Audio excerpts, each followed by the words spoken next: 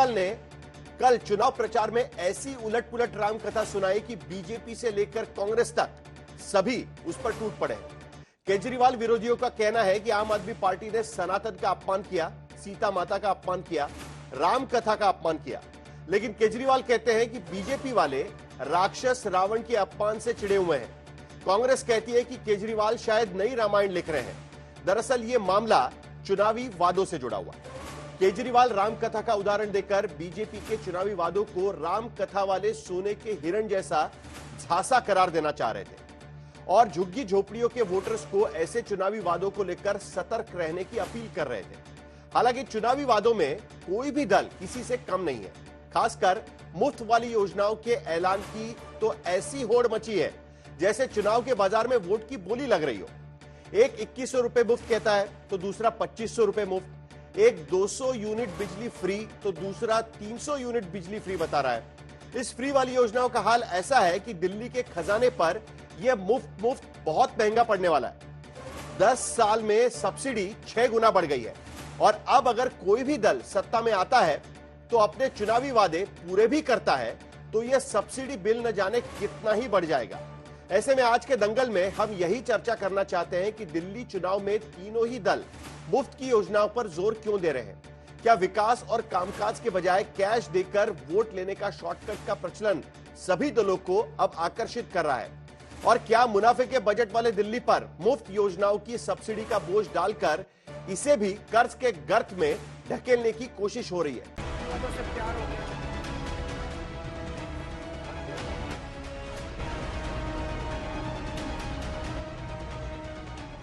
दिल्ली की राजनीति में रामलीला का ऐसा बखान हुआ है कि रामायण पर महाभारत छिड़ गई है। कथावाचक खुद केजरीवाल जी हैं। राम लक्ष्मण सीता मारीच रावण से लेकर सोने के हिरण वाली ऐसी कथा सुनाई कि पब्लिक में कंफ्यूजन और सियासत में टेंशन हो गई। पहले सुनिए केजरीवाल जी की रामलीला कथा।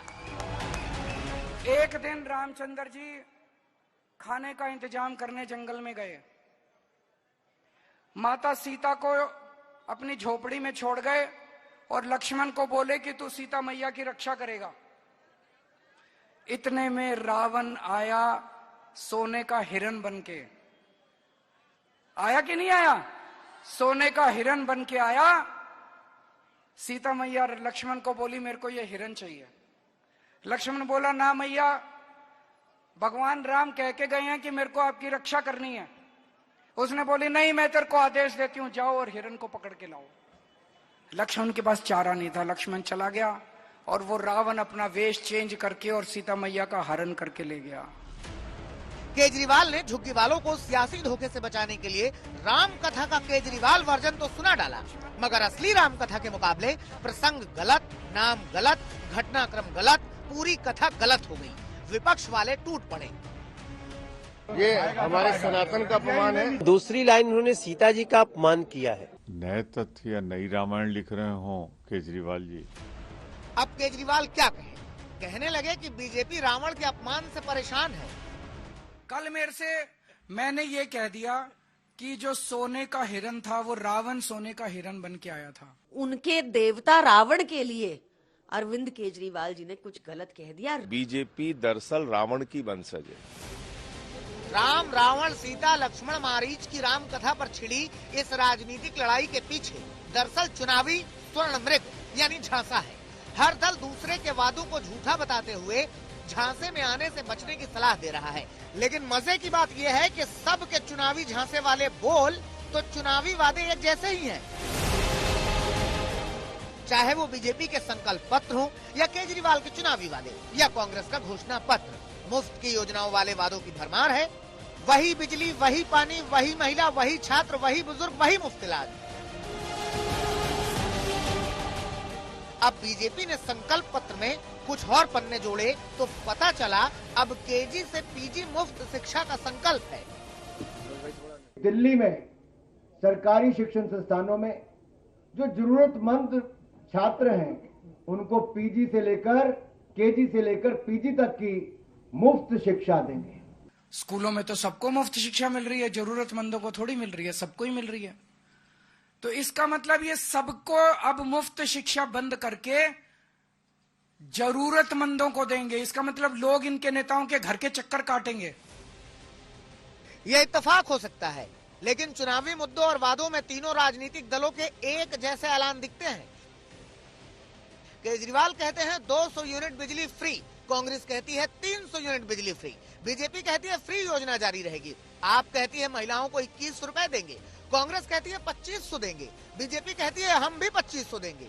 केजरीवाल कहते हैं बुजुर्गों का मुफ्त इलाज कराएंगे, कांग्रेस कहती है 25 लाख का इलाज सबका होगा, बीजेपी कहती है आयुष्मान योजना के अलावा 5 लाख का और इलाज कराएंगे। केजरीवाल कहते हैं विद्यार्थी मुफ्त बस यात्रा करेंगे, कांग्रेस कहती है 85 रुपए का भत्ता देंगे, बीजेपी कहती है केजी से पीजी मुफ्त पढ़ाई। एक ही लाइन का संकल्प पत्र है, जो काम दिल्ली में केजरीवाल कर रहा है हम भी वही काम करेंगे, बस इसके अलावा और कोई उनके संकल्प पत्र में नहीं है।